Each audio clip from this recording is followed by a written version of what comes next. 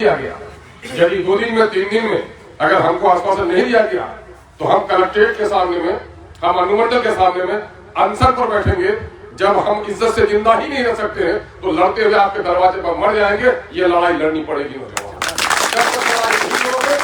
कहीं भी इतना शोषण नहीं है। मैं कह रहा हूं इन जालिमों को, इनको अकल नहीं है क्या? गाँव में हमारा 10 किसान उसकी जमीन है, 50 मजदूर उसकी कोई जमीन नहीं है। वो बेचारा किसी किसान से कहता है कि साहब हमारा घर, नया घर बना रहे हैं, घर सैलाब में कट गया है, हमको आपके यहाँ की 5 ट्रैक्टर मिट्टी दे दीजिए।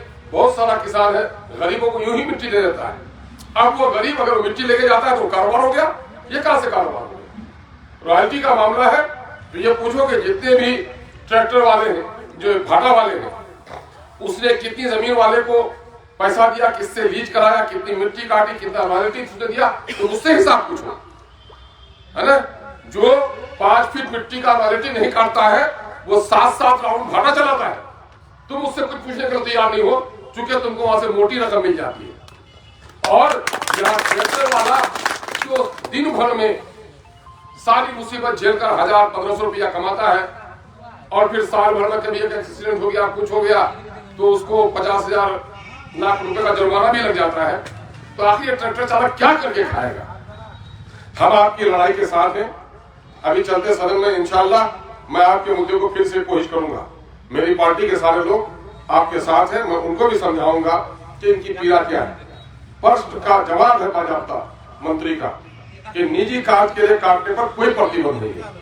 और यहाँ पर ओवरलोडिंग, ये रात भर जो ओवरलोडिंग गाड़ियां ये पास कराते हैं, ये दरअसल किशनगंज के नौजवानों, सीमांचल के नौजवानों, हमारी बेबसी और हमारी लाचारी सिर्फ इस वजह से है कि हम लोग जागरूक नहीं है।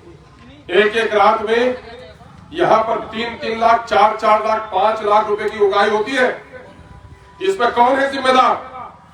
हमारे डीएम और एसपी को देखना चाहिए कि एनएच में हो, एसएच में हो या फिर पीडब्ल्यूडी की सड़कों में हो, रात भर जो ओवर लोड वाली गाड़ियां गुजरती हैं, गैर कानूनी सामान को लेकर गुजरती है, वो सारे पैसे रात को वसूली किए जा रहे हैं। और दिन के उजाले में एक ट्रैक्टर मिट्टी को काटेगा, लाखों का जुर्माना कर दीजिएगा।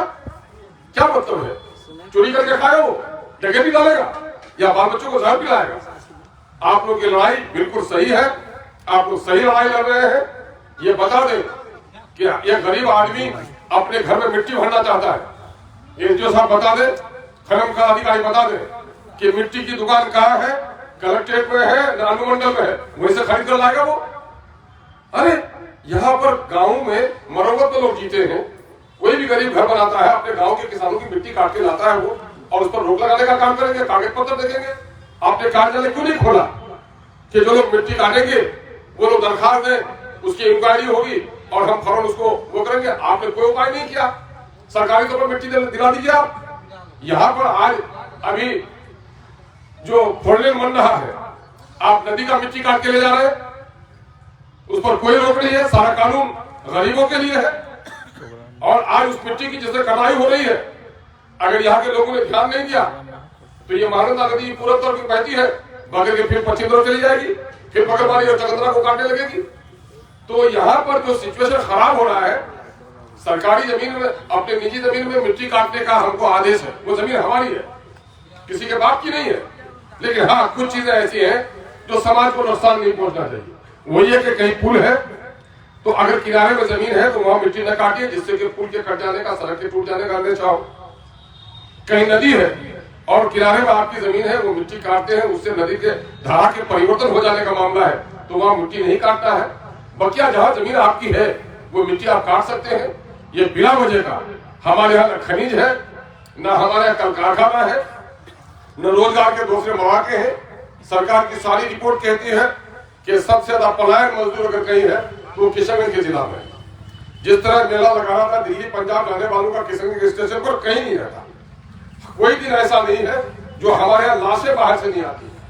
आज भी मुसलनगर की 2 लाश अभी आ रही है। वो बेचारा गरीब खाना बना रहा था, वहां पर सिलेंडर बरस कर गया। माँ रोती है, बीवी रोती है, बच्चा कोई देखने वाला नहीं है। इन अफसरों को नहीं सोचता कि ये हमारे गरीब लोगों की कमाई धमाई यहाँ नहीं हो रहा है, प्रदेश में जा रहा है, इतना गरीब इलाका है, बिना वजह हमारे लोगों को तंग किया जा रहा है। मैं आप लोगों से कहूंगा कि आप लोगों का एक शिष्टमंडल जाके मिले एसडीओ से कि साहब आज हमारा साहब दिन गुजरा और कोई हम लोग की खैरियत नहीं है। आप लोग अगर हम लोग की सुनवाई नहीं हुई तो आपके दफ्तर के आगे में हम आएंगे और मरण अनशन पर बैठेंगे, और नहीं होगा तो जहर का पुड़िया दीजिएगा, हम लोग खा के मर जाएंगे। लेकिन अगर बाल बच्चों को हम नहीं पाल सके तो कैसे जिंदा रहेंगे? हम चोरी नहीं करेंगे, हम इज्जत से कमाते हैं, इज्जत से कमाने दीजिए।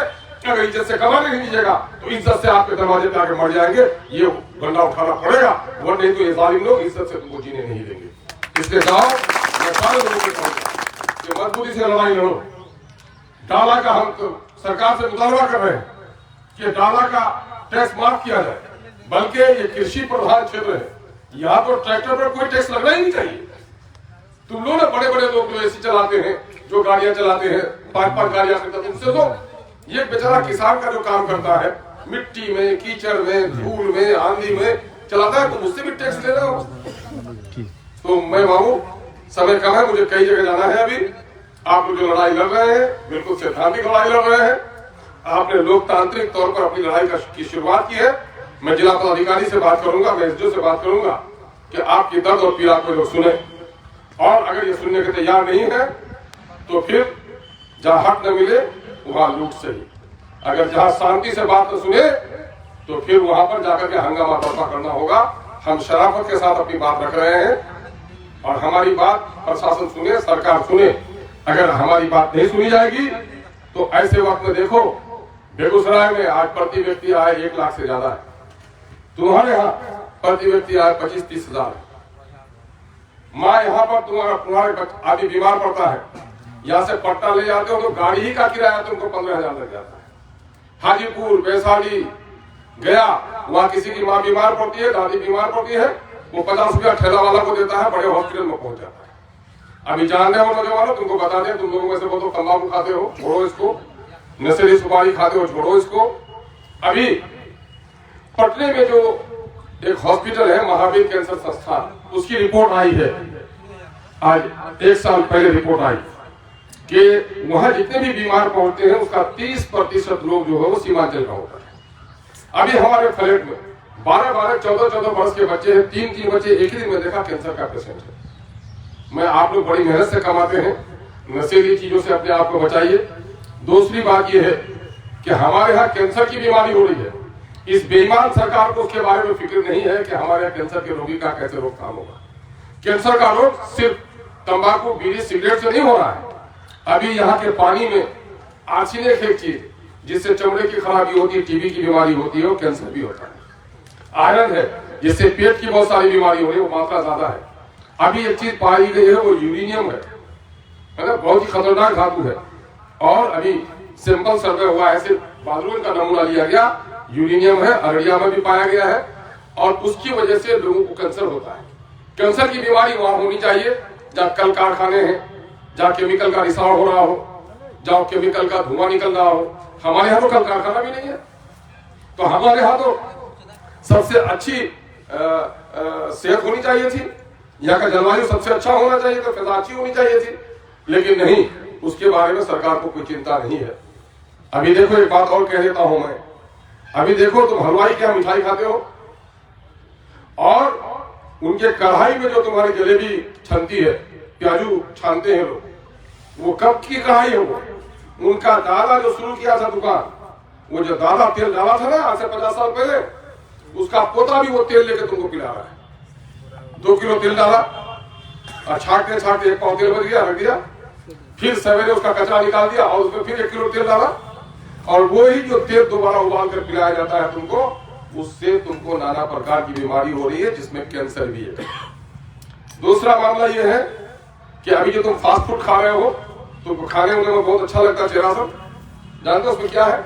उसमें दिया जाता है अजीनोमोटो, एक मसाला है जो चाइना से भी मंगाया जाता है, और कोई सरकार देखभाल करने वाला नहीं।